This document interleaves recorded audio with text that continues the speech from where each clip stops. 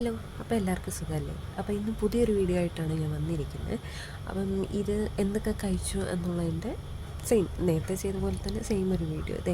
അപ്പം പള്ളിയിലൊക്കെ പോയിട്ട് വന്ന് ഞാനൊരു മുട്ടക്കറിയും വാങ്ങി, അതുപോലെ തന്നെ പൂരിയും വാങ്ങി. മുട്ടക്കറി നല്ല കുറുകിയ മുട്ടക്കറിയായിരുന്നു കേട്ടോ. ഒരു മുട്ടയൊക്കെ പൊട്ടിച്ച് വെച്ച് കുറുക്കിയെടുത്ത മുട്ടക്കറിയാന്ന് തോന്നുന്നു. നല്ല ടേസ്റ്റ് ഉണ്ടായിരുന്നു. അപ്പോൾ അതൊക്കെ കഴിച്ച് നല്ല ഹെവി ഫുഡിങ് ആയിരുന്നു. പിന്നെ വൈകിട്ടൊക്കെ ആയപ്പോഴാണ് ഒരു മന്തി വാങ്ങി കഴിച്ചു. കുറേ നാളിന് ശേഷമായിട്ടോ ഒരു മന്തി കഴിക്കുന്നത്. അപ്പോൾ അതിൻ്റേതായിട്ടുള്ള ഒരു ടേസ്റ്റും എക്സൈറ്റ്മെൻറ്റും ഒക്കെ എനിക്കുണ്ടായിരുന്നു. അപ്പോൾ അതേ നമ്മുടെ മന്തി എത്തിക്കഴിഞ്ഞപ്പോഴത്തേക്കും പെപ്പർ ചിക്കനായിരുന്നു ഞാൻ പറഞ്ഞത്. കൂടെ നമുക്ക് ഹണി ഗ്ലേസ്ഡ് ചിക്കനും കിട്ടിയായിരുന്നു.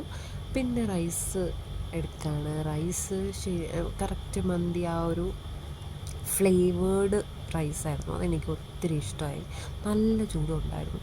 പിന്നെ നമ്മുടെ ഒഴിവാക്കാൻ പറ്റാത്ത മയണൈസും അതുപോലെ തന്നെ ചിക്കനും ഒക്കെ കൂട്ടി ഞാനൊരു പിടിയും കൂടെ പിടിച്ചു. നല്ല ടേസ്റ്റായിരുന്നു. സാധാരണ എപ്പോഴും നമ്മൾ കഴിക്കുന്നില്ലെങ്കിലും ഇടയ്ക്കൊക്കെ കഴിക്കുമ്പോൾ കിട്ടുന്ന ഒരു ടേസ്റ്റ് ഉണ്ടല്ലോ, അത് പറഞ്ഞറിയിക്കാൻ പറ്റില്ല. അത് ഈ മയണൈസ് ഇങ്ങനെ കുഴച്ച് കഴിക്കുമ്പോൾ ഉള്ളൊരു ഒന്നാമതേ മയണൈസ് ഇഷ്ടമുള്ള ആൾക്കാരാണെങ്കിൽ പിന്നെ പറയുകയേ വേണ്ട. അപ്പം ചിക്കനും മയണൈസും അതുപോലെ തന്നെ ടൊമാറ്റോ സോസ് കിട്ടി, അതും കൂട്ടി കുഴച്ചൊരു പിടിയും പിടിച്ചു.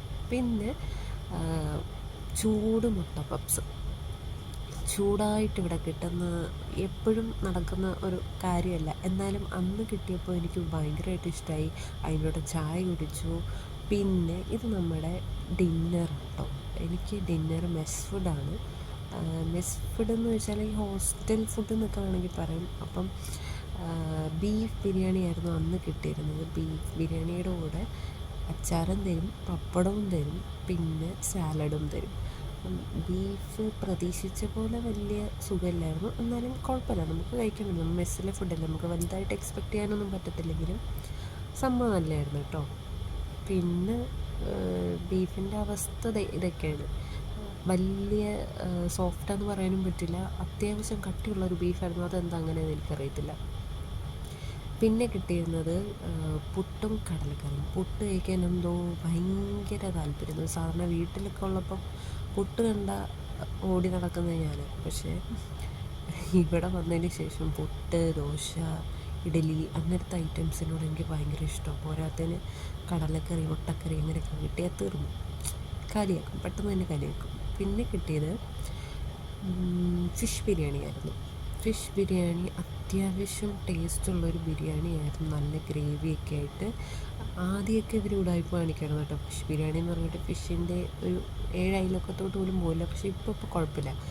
പപ്പടവും സാലഡും അതുപോലെ തന്നെ അച്ചാറും ഒക്കെ ആയിട്ട് ഒരു ഫിഷ് ബിരിയാണി. പിന്നെ നമുക്ക് കിട്ടുന്ന ഡിന്നറെന്ന് വെച്ചാൽ ചോറ്, സാമ്പാർ, ബീഫ് വരട്ടിയത്. ഞാൻ തീരെ എക്സ്പെക്റ്റ് ചെയ്തില്ല ബീഫ് വരട്ടിയത് ഇവരുടെ നല്ലതായിരിക്കുന്നു. സമയത്ത് എൻ്റെ മെസ് ഫുഡാണ്. എൻ്റെ പ്രതീക്ഷ ഒരു വട്ടം ഞാനിങ്ങനെ വാങ്ങിയപ്പോൾ നല്ല ബീഫൊക്കെ എന്തോ കറുത്തിട്ട് എന്തോ പോലെ ഇരിക്കുന്നു. ഇപ്പം ഒരു ടേസ്റ്റും ഇല്ലായിരുന്നു. അപ്പം ഞാൻ ഒരു പ്രതീക്ഷയിലാണ് ഈ വട്ടം ഞാൻ വിചാരിച്ചിരുന്നത്. പക്ഷേ സംഭവം അടിപൊളിയായിരുന്നു. കാണുമ്പോൾ തന്നെ മനസ്സിലാവും തോന്നുന്നുണ്ട്. നല്ല ടേസ്റ്റായിരുന്നു. സാമ്പാറാണേലും ആ ചോറാണേലും അങ്ങനെ ഇത്രയൊക്കെ ഉള്ളൂ.